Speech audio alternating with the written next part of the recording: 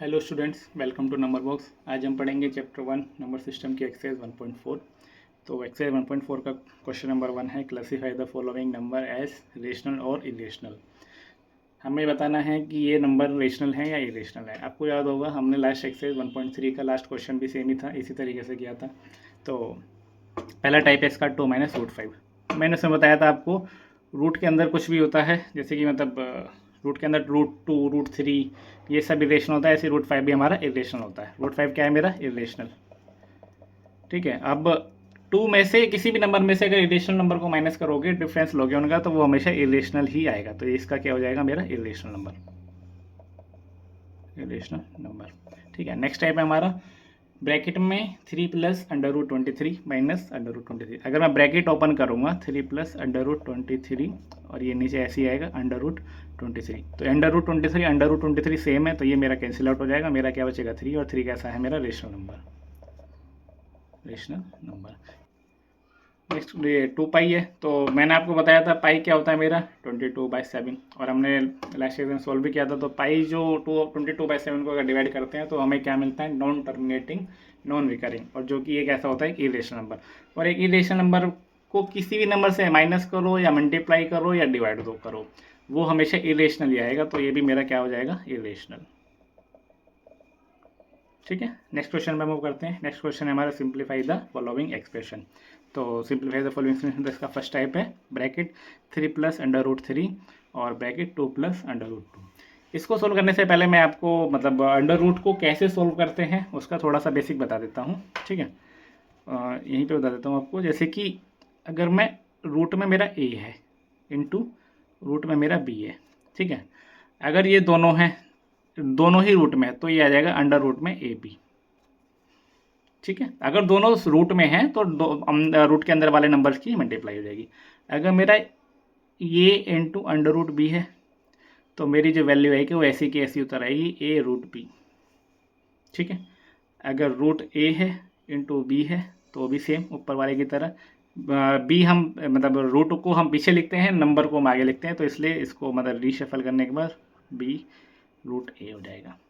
ठीक है। तो यही प्रॉपर्टी कुछ इसमें यूज़ होने वाली है, इसलिए मैंने बता दिया आपको। तो नेक्स्ट क्वेश्चन सॉल्व करते हैं। तो 3 + √3 ब्रैकेट इंटू 2 + √2 पूरा ब्रैकेट, मतलब कुल मिला के पहले इस 3 की इन दोनों में मल्टीप्लाई होगी, इस √3 की इन दोनों में मल्टीप्लाई होगी। ब्रैकेट वाली मल्टीप्लाई उम्मीद आपको आती होगी।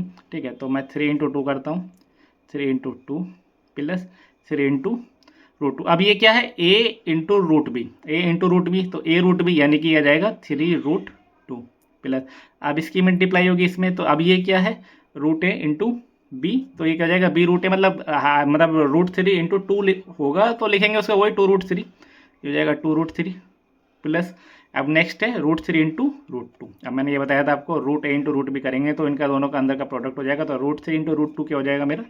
√6। ठीक है।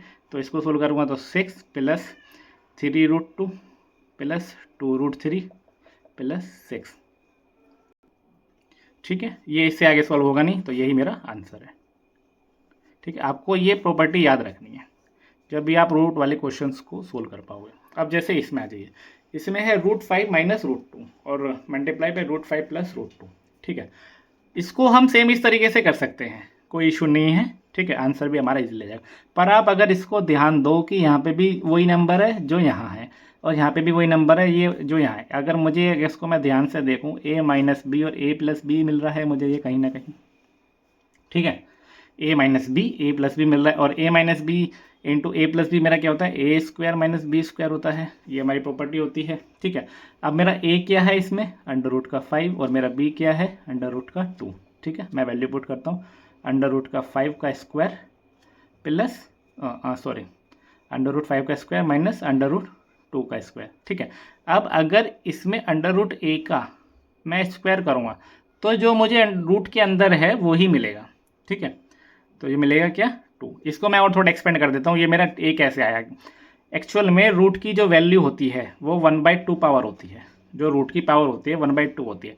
तो अब ये क्या है? √a है, तो √a को मैं क्या लिख सकता हूँ? a की पावर 1/2, और इसकी होल पावर क्या है? 2। ठीक है। और मैंने मतलब ये रूल पढ़ा हुआ है, अगर a की पावर m है उसकी होल पावर n है, तो ये मेरा क्या हो जाता है? a की पावर mn हो जाता है। ठीक है।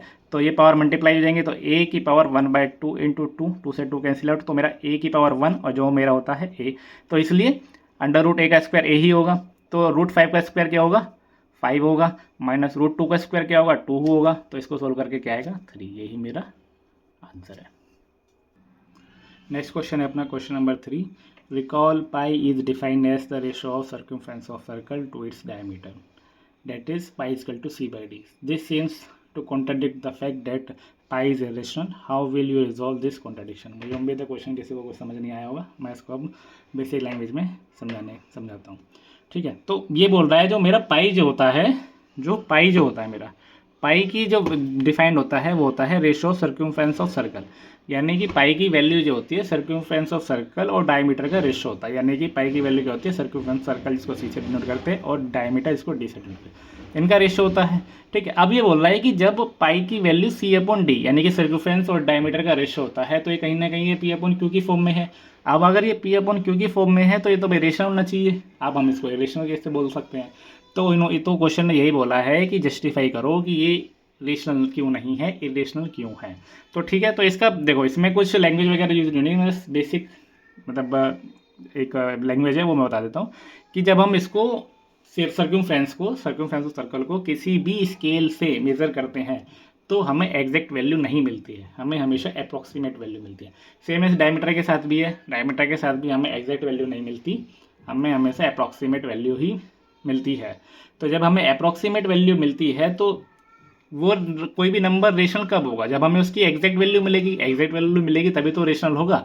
जब हमें एग्जैक्ट वैल्यू मिल ही नहीं रही है तो हम उसको रेशनल कैसे कह सकते हैं। इसलिए हमारा पाई जो C/D P/Q की फॉर्म में होने के बावजूद भी इरेशनल होता है, क्योंकि हमें इसकी एग्जैक्ट वैल्यू नहीं मिलती। इस क्वेश्चन में इतना ही है। नेक्स्ट क्वेश्चन पे मूव करते हैं, क्वेश्चन नंबर 4। क्वेश्चन नंबर 4 है हमारा, represent under root 9.3 on number line. हमने प्रीवियस एक्सरसाइज में एक्सरसाइज 1.2 में मतलब ड्रॉ किया था root 3 on number line, root 2 on number line, root 5 on number line.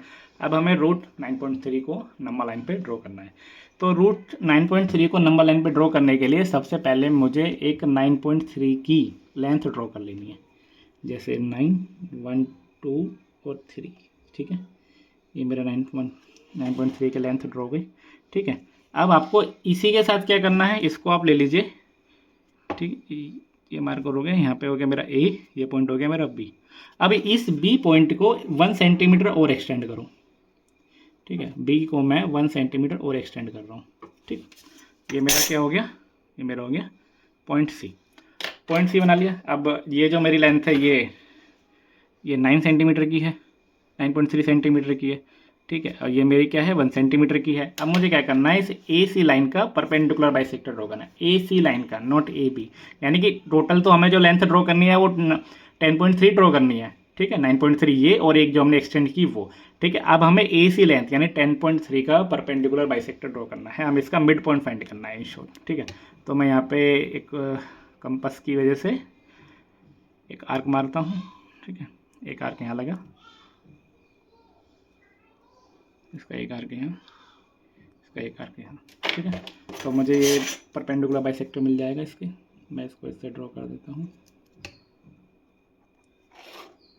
ठीक है, ड्रॉ करने के बाद ये पॉइंट हो गया मेरा O। ठीक, अब इस O पॉइंट से मैं एक सेमी सर्कल ड्रॉ करता हूँ A को लेके। सॉरी, ये थोड़ा सा मूव हो गया। ठीक है, ओके, ये मेरा सेमी सर्कल ड्रॉ गया। अब सेमी सर्कल ड्रॉ करने के बाद आपको क्या करना है, जो मेरा ये B पॉइंट था, इस B पॉइंट से इस सेमी सर्कल को टच करते हुए एक परपेंडिकुलर ड्रॉ करना है। ठीक है, मैं एक बार फिर से समझा देता हूँ। ठीक, मुझे क्या करना है, AB लेंथ ली 9.3 जो क्वेश्चन ने बोला है, 1 सेंटीमीटर और उसको एक्सटेंड करना है। टोटल लेंथ कितनी लेनी है, 10.3। ठीक, अब इस AC लेंथ को 10.3 लेंथ का मुझे परपेंडिकुलर बाइसेक्टर ड्रॉ करना है। परपेंडिकुलर बाइसेक्टर ड्रॉ करने के बाद मिड पॉइंट मिल जाएगा। उस मिड पॉइंट से मुझे एक सेमी सर्कल बनाना है। सेमी सर्कल C पे टच करेगा, सेमी सर्कल बन गया। अब जो B पॉइंट है 9.3 लेंथ का B पॉइंट जो है, उससे मुझे एक परपेंडिकुलर ड्रॉ करना है जो मेरा सेमी सर्कल पे टच करे। ठीक है, अब इतना करने के बाद नेक्स्ट फॉरवर्ड मूव करते हैं। ठीक है, अब मुझे ये लेंथ जो है, जो मैंने परपेंडिकुलर ड्रॉ किया, इसको मेज़र करेंगे और इसको मेज़र करने के बाद एक आर्क यहाँ से ड्रॉ करेंगे। ठीक है, इस आर्क को ड्रॉ करने के बाद BC लेंथ को आगे एक्सटेंड करेंगे। BC लेंथ को आगे एक्सटेंड ड्रॉ करने के बाद, ठीक है, ये आगे इसको मान लेता हूँ मैं D। तो मेरा जो BD लेंथ है ये मेरी होगी √9.3। ठीक है, कुछ नहीं किया, बी पॉइंट से परपेंडिकुलर ड्रॉ किया था सेमी सर्कल पे, ये लेंथ को मेज़र किया बी पॉइंट से और एक सेमी सर्कल ड्रॉ किया, जो ये BC लेंथ है इसको आगे एक्सटेंड किया, तो BD जो होगा मेरा वो √9.3 होगा। ठीक है, नेक्स्ट क्वेश्चन पे मूव करते हैं। नेक्स्ट क्वेश्चन है अपना question number 5, rationalise the denominator. First part है इसका 1/√7। ठीक है, अब इसका मतलब हमें क्या करना है, रेशनलाइज करना है इसको। ठीक है, रेशनलाइज का मतलब ये है कि डिनोमिनेटर में कभी भी अंडर रूट नहीं आना चाहिए। ठीक है, अगर कभी अंडर रूट आता भी है तो उसको हटाना है हमें, और हम उसको हटाएंगे कैसे। ठीक, पहला क्वेश्चन तो यही है, पहला कॉन्सेप्ट याद रखना कि डिनोमिनेटर में कभी भी अंडर रूट नहीं आएगा। ठीक, अब इस डिनोमिनेटर में अंडर रूट हटाने के लिए मैं क्या कर सकता हूँ, इसको मैं ऐसे उतार लेता हूँ। ठीक है, जो भी डिनोमिनेटर में है, ठीक है, अगर सिंगल ऐसी है, कोई प्लस माइनस का साइन नहीं है, जैसे इसमें प्लस का साइन है ना, इसको मैं आगे बताऊंगा कैसे करना है। ठीक है, जैसे सिंगल है, ओनली अंडर रूट 7 है, तो इसको क्या करना है, जो नीचे है उसको ही ऊपर नीचे मल्टीप्लाई कर दो। अंडर रूट 7 था नीचे, सेम नंबर को मैंने ऊपर नीचे से मल्टीप्लाई कर दिया, तो इसको मैं सोल्व करूँगा तो क्या आएगा, under root 7 upon under root 7 into under root 7। और अभी मैंने आपको क्या बताया था, under root A into under root B क्या होता है, अंडर रूट AB होता है। ठीक है, अब under root 7 into under root 7 क्या हो जाएगा, अंडर रूट 49 हो जाएगा, 7 7 या 49, और 49 का रूट क्या होता है, 7 ही होता है। ठीक है, और या फिर आप शॉर्टकट में भी याद कर सकते हैं, अगर सेम वैल्यू है रूट के अंदर, अगर उन दोनों की मल्टीप्लाई हो रही है तो सेम जो वैल्यू है रूट के अंदर वही बाहर आएगी। ठीक है, तो ये हो जाएगा मेरा अंडर रूट 7/7, यही मेरा आंसर है। ठीक, इसका नेक्स्ट टाइप पे मूव करते हैं, 1/√5 प्लस अंडर रूट 2। वही हमें नीचे से रूट हटाना है दोनों में से। ठीक है, तो इसका मुझे क्या करना है, सबसे पहले जब ऐसा हो 1/√A प्लस या माइनस जो भी है, कुछ भी हो, ठीक, तो करना नहीं, इसमें भी सेम है, ऊपर नीचे मल्टीप्लाई करनी है, जो यहाँ है सेम मल्टीप्लाई करनी है, पर हमारा यहाँ पे साइन चेंज हो जाएगा। यहाँ पे प्लस है तो जब मल्टीप्लाई करेंगे माइनस होएगा, अगर यहाँ पे माइनस होता तो यहाँ पे मल्टीप्लाई करते तो प्लस हो जाता। ठीक है, ये चीज़ याद रखना। तो अब इसको सॉल्व करते हैं, 1/√5 plus under root 2 into under root 5 minus under root 2 upon under root 5 minus under root 2। ठीक है, ऊपर की मल्टीप्लाई 1 से होगी तो ये तो ऐसे का ऐसे ही आ जाएगा। ठीक है, अब नीचे की मल्टीप्लाई करता हूँ मैं, √5 प्लस √2 इंटू √5 माइनस √2।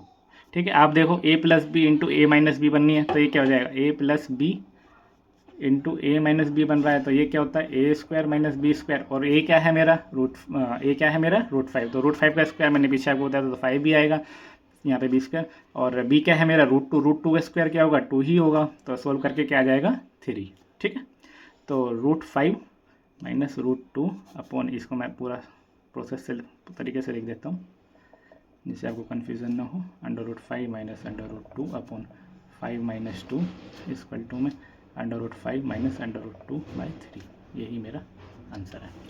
उम्मीद करता हूँ आपको एक से अच्छे से समझ में आई होगी।